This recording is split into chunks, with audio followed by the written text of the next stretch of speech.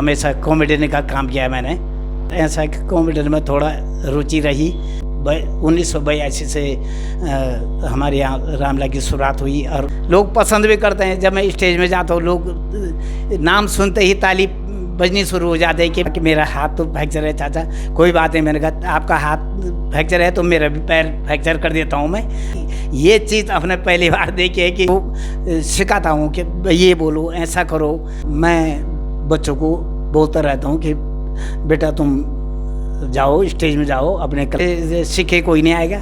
जब सामर्थ्य तो नहीं है अब, पर ऐसा है कि फिर भी बच्चों के कहने पे आदमी जो है मजबूर हो जाता है। रामलीला भी देखते लोग और कॉमेडियन भी देखते। तो ये काली पूजा में पंडित का रोल रहा मेरा, और पुजारी का रोल तो मेरा हमेशा रहा। नमस्कार, मैं हूं बद्री नौटियाल और रामलीला के कलाकारों के अनुभव को जानने के लिए जो हमारा कार्यक्रम है वो लगातार जारी है। और आज मैं आपका परिचय एक ऐसे कलाकार से मैं करवा रहा हूं जिसको आपने हास्य कला के रूप में, जिन्होंने न केवल रुद्रप्रयाग का एक विशेष स्थान बल्कि संपूर्ण रुद्रप्रयाग नगर में लोगों को अच्छी तरह हंसाया, गुदगुदाया और अपनी हास्य कला के माध्यम से लोगों को काफ़ी प्रभावित किया। और आज भी स्थानीय लोगों के दिलों पर आप राज करते हैं हास्य कला के क्षेत्र में। तो हास्य कला के रूप में आपसे मुलाकात कर रहा हूँ। स्थानीय निवासी चक्रधर सेमवाल जी हैं। आप पुनाड़ गांव के रहने वाले हैं। स्थानीय स्तर पर जो भी सामाजिक कार्य होते हैं उनमें आपकी लगातार भागीदारी रहती है और हास्य कला के रूप में आपने उत्कृष्ट पहचान स्थापित की है रुद्रप्रयाग में। विशेष रूप से आपको हास्य कला के रूप में न केवल पुनाड़ क्षेत्र में बल्कि रुद्रप्रयाग के प्रत्येक स्थानों पर जहां भी रामलीला हुई है, आपको हास्य कला के रूप में एक अलग सी पहचान मिली है। और जो दर्शक रामलीला में रहते हैं, रामलीला के दौरान जितने भी दर्शक रामलीला देखने पहुंचते हैं, उन्होंने आपकी कला को न केवल सराहा बल्कि बार बार आपके जो अभिनय करने का जो सिलसिला था उसको लगातार जारी रखने की भी अपील की। तो हमारे साथ चक्रधर सेमवाल जी हैं, रंगमंच से जुड़े हैं। रंगमंच में आप लगातार अपनी जो कलाएं हैं वो लोगों को दिखाते रहते हैं। तो साहब सबसे पहले स्वागत है आपका। सबको मेरी तरफ से सबको स्वागत और प्रणाम है। और मैं आज आपके यहाँ पर आया हूँ और जो भी मैंने किया होगा वो मैं आपके सामने रखूँगा। सेमवाल जी, रामलीला में जब कोई शुरुआत करता है तो सब लोग रामलीला में पाठ पकड़ने के लिए, कोई राम का पाठ खेलता है, कोई लक्ष्मण का अभिनय करता है, कोई सीता का करता है, कोई। आपने हास्य कला में सीधे कैसे कदम रख दी? भैया मैं पाठ तो वैसे स्टेज में पाठ खेलने का मेरी इच्छा नहीं थी, पर ऐसा कि कॉमेडियन में थोड़ा रुचि रही। तो मैं शुरू से 1982 से हमारे यहाँ रामलीला की शुरुआत हुई और तब से मैं रामलीला के स्टेज में जब भी रामलीला हुई हमारे यहाँ और राम यज्ञ हुआ तो मैं हमेशा कॉमेडियन का काम किया है मैंने। रामलीला में जो शुरुआत आपकी हुई 1982 से आपकी शुरुआत हुई, जब रामलीला शुरू हुई होगी, तो तब आपने जो रामलीला में जो दर्शक रहते थे उनको सीधे हंसाने के लिए जो मजबूर किया आपने कि आप हंसेंगे, क्योंकि शुरुआत में तो आपने मेरे ख्याल से मंत्री वगैरह का भी अभिनय किया था। मंत्री का भी पाठ खेला मैंने, दशरथ का मंत्री का, और उसमें भी थोड़ा बहुत, पर ज़्यादा रोल मेरा यही रहा कि मैं ज़्यादा कॉमेडियन में ज़्यादा समय बिताए मैंने। नहीं, राजा, चाहे दशरथ की बात हो, चाहे जनक की बात हो, चाहे रावण की बात हो, चाहे अन्य जो है कलाकार रहे हों, अन्य जो कलाकार रहे हों, वहाँ पर अगर मंत्री के रूप में आपको देखते तो आपकी एक आज भी अलग सी पहचान रहती है। मंत्री के रूप में अजी कहाँ है साहब?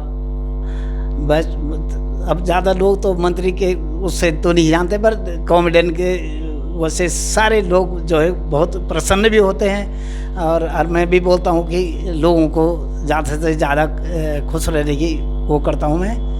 हाँ सेमवाल जी, रामलीला जब शुरू हुई होगी 1982 से, आपने बहुत सारे लोगों को हंसाया है, लेकिन जो शुरुआत का जो माहौल देखा होगा आपने, वो हास्य कला में आपकी एक अनोखी पहचान रही है।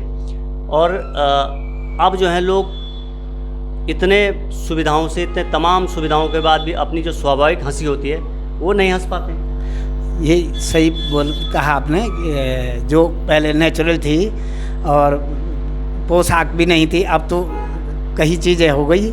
उसमें कॉमेडियन के लिए घर से लेके जाना है पुराने कपड़े, कॉमेडियन दिखाना है, क्या लोगों को हंसाना है और बोलना भी है, तभी तो लोग आँख से दोगे कि जब मैं बोलूँगा। तो यही मेरा रहा कि भाई लोगों को खुश रखें और ज़्यादा से ज़्यादा लोग पसंद भी करते हैं। जब मैं स्टेज में जाता हूँ, लोग नाम सुनते ही ताली बजनी शुरू हो जाते हैं कि भाई वो आ रहे हैं, स्टेज में आ रहे हैं। यही है मेरा। तो आपके जो कला का जो तरीका था वो आपने कहाँ से सीखा? क्योंकि कभी आपके देखते थे तो एक पजामा जो है आधा कटा हुआ है तो आपका एक पूरा है, या कभी हाथ एक आप लापता कर देते थे, एक हाथ दिख रहा। इस तरह की जो एक अभिरुचि थी आपके अंदर, जो इस तरह की जिज्ञासा थी, वो कहाँ से पैदा हुई? मेरा घर से कोई वो नहीं रहता था। स्टेज में गई, वहीं स्टेज के पीछे से ही प्लान बना हुआ, आज हमने ये रोल दिखाना है। और महेश जी थे, महेश जी का एक दफ़े हाथ फ्रैक्चर हो गया था, तो मैंने कहा भाई स्टेज में तो जाना है भाई। हम दोनों ने भाई क्या होगा, उसने कहा कि मेरा हाथ तो फ्रैक्चर है चाचा, कोई बात नहीं। मैंने कहा आपका हाथ फ्रैक्चर है तो मेरा भी पैर फ्रैक्चर कर देता हूँ मैं। और मैं बैसा के लेके स्टेज में चले गया। लोगों को काफ़ी प्रभावित हुए, लोग बहुत खुश हुए। लोगों ने कहा कि भाई ये चीज़ आपने पहली बार देखी है कि एक नेचुरल, एक डुप्लीकेट पाँव पे प्लास्टर बांध के स्टेज में बैसाखी से आया। तो लोग बहुत प्रसन्न हुए। तो कला ही होते, थोड़ा दिखाना ही पड़ता है वहाँ पर।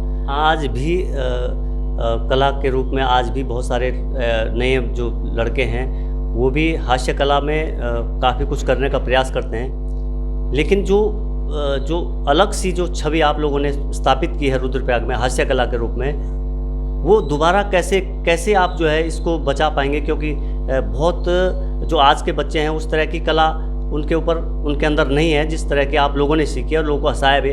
तो ये हम लोगों का प्रयास है कि ये कला आगे भी जीवित रहे। तो किस तरह का प्रयास होगा? अब बच्चे प्रयास तो कर ही रहे हैं, पर इतना नहीं कर पा रहे हो। मैं उनको जब बच्चे स्टेज में कॉमेडियन दिखाए जाते हो तो मैं उनको सिखाता हूँ कि ये बोलो, ऐसा करो। तो कर ही रहे हैं थोड़ा बहुत, पर ऐसी कलाकारी नहीं दिखा पा रहे हैं वो लोग ना, बताने के बावजूद। और जो हमारी कला है भाई, तो हमने अब कला की अब उम्र भी नहीं रहेगी, बुढ़ापा आ ही गया। पर तब भी ये अगले साल की जो हमारे यहाँ रामलीला हुई, सब बच्चों के आग्रह से मैं एक दिन स्टेज में गया और पुजारी का रोल किया मैंने, जो भी था। और लोग काफ़ी अच्छे प्रभावित भी हो गए, खुश भी हो गए कि भाई पुराने कलाकार हैं, आज भी जीवित हैं और ये चीज़ जीवित रखी आज। आपके साथ जो और हास्य कला के रूप में, चाहे आपने महेशचंद जूंडी जी का नाम लिया या ये सजिदानंद नौटियाल जी हैं, बाज़ार में रहते हैं, वो भी हास्य कला के रूप में अपर बाज़ार में काफ़ी लोगों को हंसाते रहते हैं। हास्य कला का स्वरूप जो है, जो जिस तरह आज के युग में आप देख रहे हैं, एक जो आदमी हर समय तनाव की मुद्रा में रहता है, तमाम सारी झंझावतें हैं जीवन की, और इन झंझावतों के बीच आदमी हर समय जो है हंस नहीं पाता है, स्वाभाविक हंसी है वो नहीं।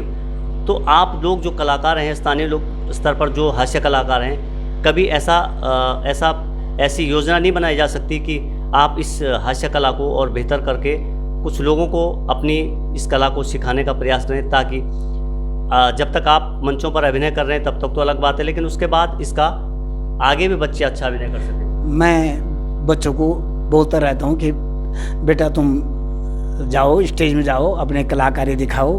और कला के लिए तो स्टेज में जाने के लिए तो कॉमेडियन में 2 व्यक्ति होना ज़रूरी भी है। जैसे मेरे साथ में स्टूडेंट रहे, तो महेश ड्यूटी जी ने भी कि बराबर हमारी एक छवि बनी हुई थी दोनों की, क्योंकि वो चाचा भतीजा का नाम से थे हम दोनों। तो लोग कहते हैं कि चाचा भतीजे आ रहे हैं तो लोग बहुत ही खुश। और मैं यही बोलता हूँ कि तो अभी हमारा बालक है कालिका प्रसाद और महेश जी का बालक है सुमन ड्यूटी, तो ये भी चाचा भतीजे के नाम से अभी भी स्टेज में जा रहे हैं और हमारे नाम से जो भी है वो करते हैं। ये तो मैं बोलता हूँ बेटा करो और आगे बढ़ो, हैं जी। पेट से सीखे कोई नहीं आएगा। जब स्टेज में जाओगे बोलोगे तभी लोग जानेंगे भाई ये इसमें कला है, ये कर सकता है। सेमाल जी, रामलीला में जितना महत्व या रामलीला के कलाकार हैं उनका जो संवाद चलता है, जितना महत्व उनके संवाद का है उतना ही महत्व हास्य कला का भी है। क्योंकि अगर किसी रामलीला के मंचन के दौरान हास्य कला विलुप्त हो रही है या हास्य कला दर्शकों को देखने को नहीं मिल रही है, तो ऐसी स्थिति में दर्शक को ज़रा बड़ा ख़राब लगता है ऐसी स्थिति कि भाई आज जो है जिस रूप से हम, तो इस बाबत आप क्या कोशिश करेंगे कि ये हास्य कला लगातार मंचों पर होती रहे? तो अब आप भविष्य में आपकी जैसे योजना क्या है? आप इस तरह से आप अभी भी आप जैसे उन्होंने बताया कि महेश जी ने बताया था, परसों इंटरव्यू ले रहा था कि आप मंच पर जो है अभी भी अभिनय करते रहते हैं, तो हास्य कला अभी तो आपकी सामर्थ्य है, तो कैसे आगे? अब तो सामर्थ्य तो नहीं है अब, पर ऐसा है कि फिर भी बच्चों के कहने पे आदमी जो है मजबूर हो जाता है। और जैसे हमारे यहाँ राम यज्ञ है तो राम यज्ञ के साथ साथ ये कॉमेडियन होना भी ज़रूरी है, क्योंकि ऐसा है कि आदमी जो है थोड़ा उनका रोल भी देख देता है और फिर थोड़ा कॉमेडियन में हंस भी जाते हैं, तो सबका काम जो है कि हो जाता है कि लोग प्रसन्न भी हो जाते हैं, रामलीला भी देखते लोग और कॉमेडियन भी देखते, तो ऐसा एक सबका मनोविनोद हो जाता है रामलीला में। रामलीला के दौरान एक जो मंचन होता है, अहिरावण जब राम लक्ष्मण को चुराकर पाताल लोक ले जाता है, वहाँ पर एक देवी पूजन होता है, काली की पूजा जो होती है, उसमें आपके पुजारी की भूमिका रही है और वो पुजारी का दृश्य आज भी लोगों के मनों पर या दिल और दिमाग पर ऐसी छाप बनाए हुए है कि लोग भूल नहीं पाते आपको पुजारी के रूप में। तो कहाँ कहाँ आपने अभिनय किया? पुनार के अलावा आपने जो हास्य कला का अपनी जो अद्भुत कला है वो कहाँ कहाँ दिखाई?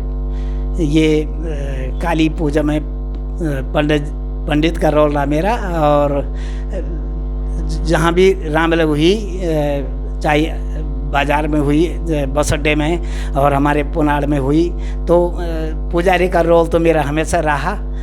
और लोग मेरे पुजारी के रोल को देख के प्रसन्न भी हुए, हंसते थे लोग और बड़े प्यार भी करते थे। भाई पंडित जी का रोल तो हमारे कोई दादाजी बोलता है, कोई चाचा बोलता है, कोई ताऊ जी बोलता है कि भाई आप ही नहीं दिखाना है, आज भी आप की वजह से हम आज रामलीला में आए हैं।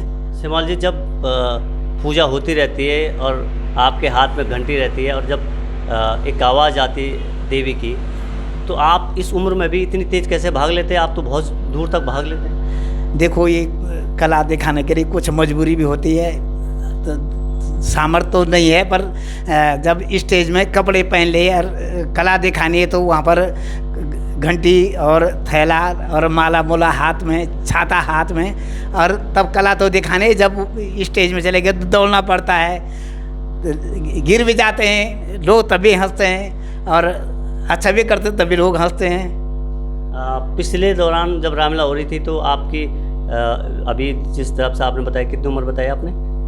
मेरी 68 साल हो गई। 68 साल की उम्र बताइए। 68 साल की उम्र में पिछली मंचन में हमने देखा तो आप 68 साल की उम्र में जब पुजारी के रूप में थे तो आप दौड़कर जो है एक मंच बनाने के लिए एक कड़ी लगा रखी, तो उस पर चढ़ गए थे ऊपर। ये सब स्टेज में जाने पर ये कला तो दिखाने पड़ती है, क्योंकि लोग हमें देखने के लिए आ रहे हैं। तो ऐसा है कि वहाँ पर तो दिखाना है कि कुछ ना कुछ अपनी कला का प्रदर्शन तो करना ही है, ताकि लोगों को अच्छा भी लगे और लोगों का समय पास हो जाए, खुश भी, जो दिन भर की थकान थी लोगों की वहाँ पर मिट जाती है इस हंसाने से। सेमाल जी, जो रामलीला के मंचन होते हैं जहाँ पर आपको लगता है कि दर्शकों की बहुत भीड़ होगी और आज तो हमें स्पेशल कुछ करना है हास्य कला में, कौन कौन से ऐसे अवसर रहे हैं रामलीला के मंचन के दौरान? कौन कौन से ऐसे दिन रहे हैं जब आपको लगा कि आज तो मैंने पूरी तैयारी के साथ जाना क्योंकि आज बहुत ज़्यादा भीड़ है? देखो, मेन होता है जैसे सुपर्णका हुआ और ये काली पूजा हुआ, तो इसमें और ये सुसैन वैद में भी रहे हम। तो कला में देखो जहाँ पर ज़रूरत पड़ी, हमारे जो हैं पदाधिकारियों ने बोला भाई यहाँ पर आपने बनना है, तो बने हैं और थोड़ा जो भी हुआ वो दिखाया हमने सबको। बस कभी सेवाल जी, कभी कभी हमने ऐसा भी देखा कि जब आपका किन्हीं कारणवश स्वास्थ्य खराब रहा है तो आपको क्योंकि दर्शक थे, बिना आपके काम चलने वाला नहीं था, क्योंकि हास्य कला के बिना रामलीला अधूरी थी। उस दौर पर आपको बहुत ज़्यादा आप पे दबाव डाला गया कि आपको आना ही आना है। ऐसी कंडीशन में आपने रामलीला, मैं घर में तबीयत खराब हो गई, घर में लेट आता, तब भी हमारे सब लोग आए और मेरे को उठा के और स्टेज में ले गए। जब स्टेज में चले गए तो स्टेज में जाने से तो अपने कुछ न कुछ तो स्वास्थ्य खराब होने के बाद भी और दिखाया लोगों के भाई ये आ गया मैं और ये दिखा दिया।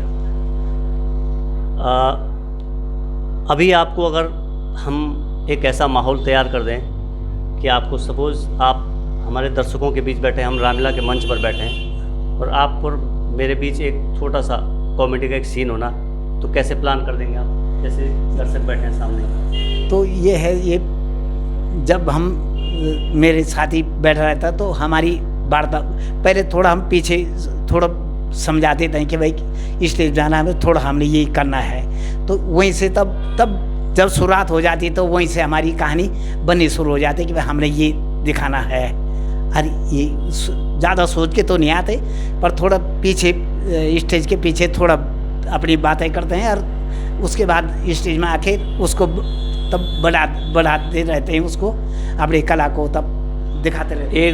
एक दो अगर कोई एक्शन, आपके कोई एक्शन हो, जैसे यहाँ पर रामलीला वाले दर्शक बैठे हैं आगे, तो एक आध एक्शन मेरे पर ही देखें आप, वहाँ देख के कोई एक आध एक्शन हो ताकि लोग हंसते रहें। एक्शन क्या होना है यहाँ पर, क्या दिखाऊँ मैं, स्टेज तो स्टेज होता है, यहाँ पर क्या दिखाना मैंने, पर ऐसा है कि कला तो कला की जगह में दिखानी पड़ती है। हाँ, जब रामलीला में भीड़ रहती तब ज़्यादा उत्साह बढ़ता है हमारा कि आज भीड़ बहुत है, आज तो कुछ ना कुछ तो दिखाना है, अपनी कला को दिखाना है, यही रहता है। जनता रहती तो आदमी का मन भी लगता है भाई कि आज तो भाई पब्लिक है, पब्लिक को दिखाना है भाई कि मैं कलाकार हूँ और अपनी कला को दिखाऊँ थोड़ा, जो भी है मेरे पास।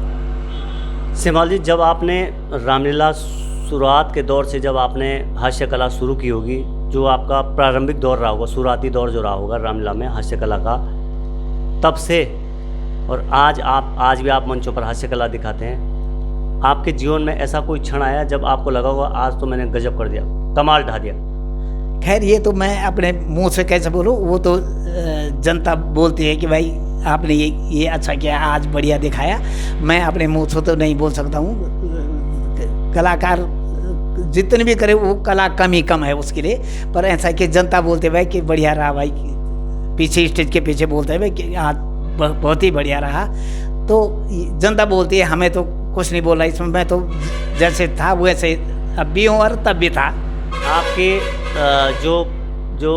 आप जब हास्य कला के रूप में तैयार होते हैं तो जो वेशभूषा से लेकर जो आपके चेहरे का जो मेकअप होता है वो आप स्वयं करते हैं, और वो जो तिलक और सफ़ेद जो पाउडर होता है वो विशेष आकर्षण का केंद्र रहता है। देखो, मैंने कॉमेडियन बना, जोकर समझ लो, पर मैंने काला अपना मुंह कभी नहीं किया।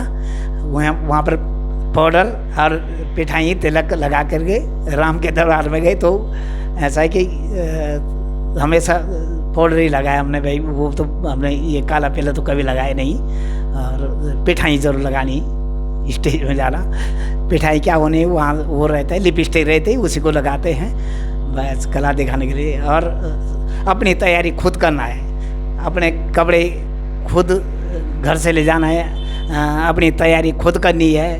वहाँ तो स्टेज में किससे बोला कि मेरे को ये दे, तो अपनी तैयारी खुद, कॉमेडियन के कपड़े सारे अपनी तैयारी घर से करके ले आनी। वो काली पूजा में घंटी वगैरह सब अपनी माला मोला छाता छोता सब अपने घर से तैयार के ले जाना पड़ता। शुरुआत में जब आपने हास्य कला के जो दृश्य दिखाने शुरू किए तो जो आप किसी दूसरे जो आपका साथी रहता है उसकी पीठ पे चढ़ने का उल्टी तरफ लेट गए, ये सीन कब से शुरू किया था आपने? ये तो मतलब बीच से हमने जो है मेरा साथी हमेशा ये महेश जुड़ जी रहे और हमारी जोड़ी ऐसी थी कि लोग बोलते थे कि 4 भतीजे की जोड़ी देखने के लिए आ रहे हैं हम, बस। तो कला थोड़ा महेश जुड़ जी मुझे भी बताते थे, मैं भी उनको बताता था भाई ये करेंगे, तो हम स्टेज में वही कलाकारी दिखाते थे, दोनों आपस में बैठ करके सुलह करके। अब आपका भी बेटा हास्य कला में अपने जो कलाकारी वो दिखाते रहते हैं और ढूंढी जी के बालक भी अपनी कलाकारी दिखाते रहते हैं, तो क्या आप लोग उसी तरह की उम्मीद अपने बच्चों से करते हैं? जैसे आप लोगों ने हास्य कला में नाम कमाया, उसी तरह वो बच्चे भी रंगमंच पर जो है आपकी इस विधा को आगे बढ़ाएं? बस मैं यही बोलता हूँ, अब तो हम तो अब थक ही गए। मैं कहता हूँ इन बच्चों को कि तुम आगे आओ, अपनी कॉन्फिडेंस दिखाओ, और हम उनको उत्साह भी देते हैं कि बेटा करो, और बताते भी हैं उनको, सिखाते हैं उनको पीछे से कि बेटा ऐसा करो। और अच्छी बात है, कला दिखाना तो बहुत अच्छी बात है, लोगों को मन खुश करना बहुत अच्छी बात है। और मैं बोलता हूँ बेटा अपनी कला ज़रूर दिखाओ, और ताकि आदमी खुश रहे, देखे कि भाई ये भी तैयार हो गए, नए बच्चे भी वो उनकी राह पर चल रहे हैं। यही है बस मेरा। सेमाल जी, जब आप रंगमंचों पर आप अभिनय करते हैं हास्य कला के रूप में, तो उस दौरान या जिसने भी आपकी हास्य कला देखी वो तो आपको कहीं पे भी आप मिल गए तो आपको देख के हंसने लग जाते हैं? हाँ, मैं कहीं रुद्र पे आ गए, कहीं ऑफिस में भी गया। एक दिन मैं तहसील गया और मैंने खतौनी की नकल लेनी थी, तब तक एक बाबू ने मेरे को खिड़की से देखा और उसने अंकल जी प्रणाम किया। उसने बोला अंकल जी आप वही हैं कि जो रामलीला में? मैंने कहा यार वही हूँ मैं। और उसने मेरा काम मैं गया आया, मेरा काम तुरंत कर दिया। तो कला ऐसी चीज़ है कि इससे पहचान भी हुई, और सारे इस कला के माध्यम से मुझे जानते भी हैं, मार्केट में भी और गाँव में भी। यही है मेरी कला बस। सेमाल जी, आज की जो रामलीलाएँ हो रही हैं उसमें आपको मौका मिला होगा रामलीला देखने का। जो बच्चे रामलीला का अभिनय कर रहे हैं, चाहे हास्य कला के रूप में वो अपना जौहर दिखा रहे हैं, उन बच्चों के लिए आपकी क्या संदेश रहेगा कि इस हास्य कला को जीवित रखे जाने के लिए किस तरह के प्रयास किए जाने चाहिए कि हास्य कला का जो महत्व है वो उसी तरह बरकरार बना रहे, जिस तरह से हास्य कला में आप लोगों ने अपने जौहर दिखाए और एक संतुलित भाषा का उपयोग करते हुए लोगों को बहुत हंसाया? मैं ये बोलता हूँ भाई साहब, ये चीज़ जीवित रहनी चाहिए। ये रामलीला नहीं है, ये राम यज्ञ है, और भगवान का नाम लेना बहुत अच्छी बात है। तो मैं सभी कलाकारों को बोलता हूँ भाई कि देखो, आओ अपनी कला दिखाओ। देखो हमने रामलीला नहीं कर रहे, हम राम यज्ञ कर रहे हैं, और 10 दिन तक की तपस्या है ये। तो मैं बोलता हूँ कि कलाकारों को बेटा ये ज़रूर अपनी कला दिखाओ, और भगवान का नाम भी ले लेते हैं 10 दिन में, और हमारी इच्छा भी पूरी होती है कि भाई हमने भगवान के नाम पे 10 दिन का तपस्या की है। यही है हमारा। सेमाल जी, आपने रुद्रप्रयाग के किन किन स्थानों पर आपने जो है अपनी कला दिखाई हुई? भैया मैंने रुद्रप्रयाग तो क्या, यहाँ मार्केट में, अपने गांव में, और सुमेरपुर में, खेड़ी में, गोयफड़ में, और तुम्हारा जाखड़ी है इधर चौथा जाखड़ी में।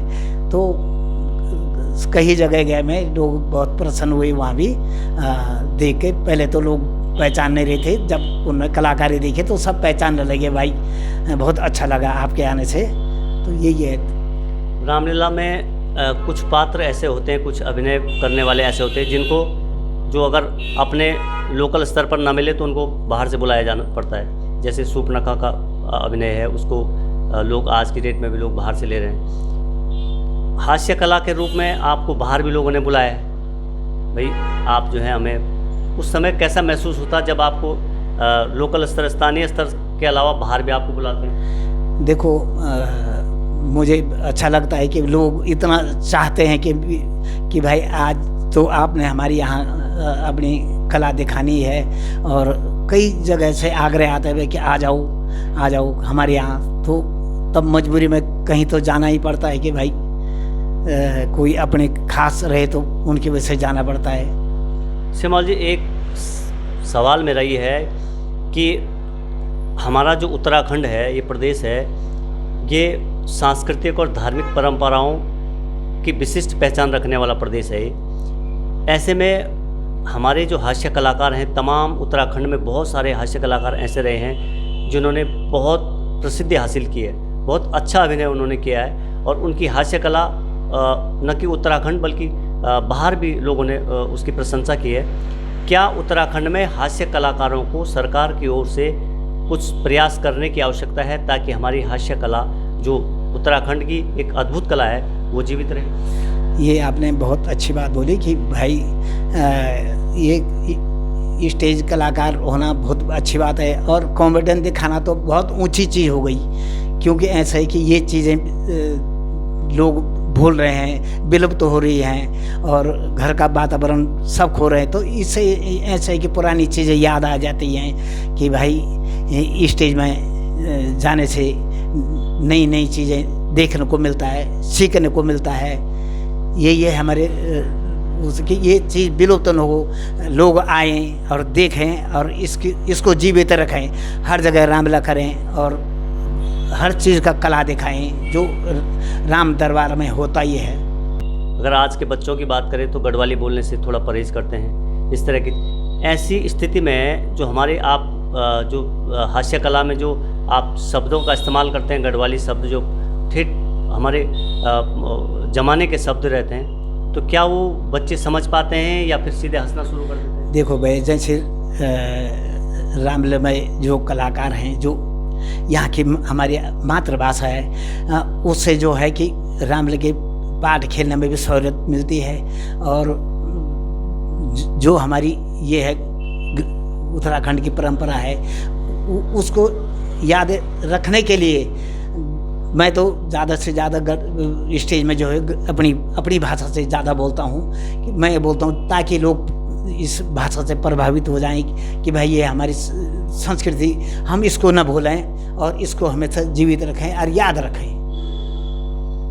श्यामल जी, कोई एक आध एक्शन, क्योंकि लोग आपके एक्शन से कैसे हंसेंगे लोग, आपको पता है। भाई साहब बहुत धन्यवाद है, और कला जहाँ दिखाना होगा वहाँ तो होगा ही।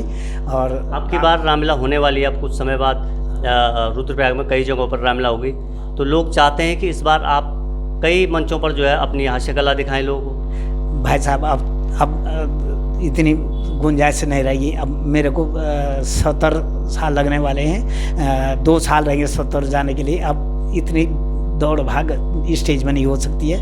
अब मेरी उम्र हो गई, अब मैं स्टेज में नहीं जाने के मूड में हूँ। जहाँ पर संभव होगा वहाँ तो जा सकते हैं। ये मैं ज़्यादा से नहीं बोल सकता हूँ अभी, क्योंकि अब उम्र हो गई यार, उम्र की वजह से जो है अब इतनी दौड़ नहीं सकते, इतनी कला दिखा नहीं सकते।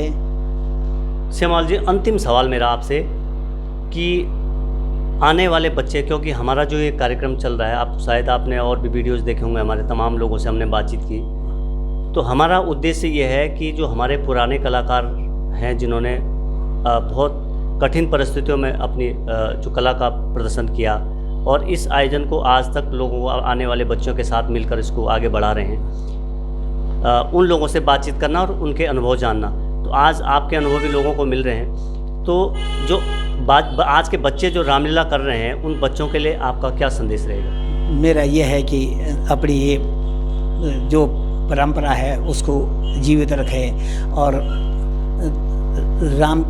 रामलीला करवाएं, तो कि हमारी आगे पीढ़ी, आज हमारे बच्चे हैं, फिर उसके बाद नाती होंगे, तो ये परंपरा हमारी जो है रामलीला की चलती रहे और भगवान का नाम भी हो जाता है और राम यज्ञ भी जीवित रह जाता है। तो मैं ये बोलता हूँ अपनी नई पीढ़ी को कि भाई इसको ज़्यादा से ज़्यादा हर जगह जो है अपना रामलीला का आयोजन करें, और इससे जो है सब लोग को सीखने को भी होता है, और कोई टीवी के माध्यम से देता है, कोई मोबाइल के माध्यम से देता है, और कुछ ना कुछ बच्चों को सीख मिलती है उससे।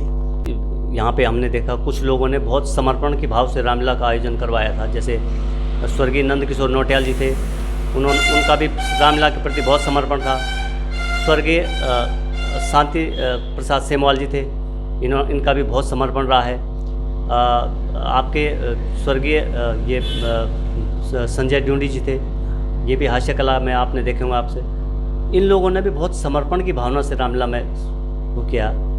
क्या इस तरह का समर्पण देखने को मिलता है? देखो भाई, पहले तो जो ये कलाकार थे, हम ये बोलते थे कि जो पाठ खेलता था, हम बोलते थे कि भाई इसको इतना ज्ञान है उस चीज़ का कि हम बोलते हैं, जैसे हमारे देवता आते हैं, हम बोलते हैं देवता का पशु आया ही, तो हम यही बोलते थे कलाकार को, भाई इतने अच्छे कलाकार थे, जो जिसका पाठ था, अगर मेरा कॉन्फिडेंट का था तो मैं उसी में बिल्कुल निष्ठापूर्वक, यार जिसने भी हमारे यहाँ पाठ खेले बहुत अच्छे ढंग से खेले यार, ऐसा लगता था कि बिल्कुल हूबहू वही बोल रहे हैं, रामचंद्र जी बोल रहे हैं, या लक्ष्मण बोल रहा है, या सीता बोल रही है। ऐसा अभिनय किया हमारे यहाँ सब पात्रों ने, और मैं सबको बोलता हूँ कि भाई रामलीला में सीखना और पाठ खेलना बहुत अच्छी बात है, और अपनी कला दिखाना तो बहुत ही अच्छी बात है, और भगवान का नाम लेना भी बहुत ऊंची बात है वो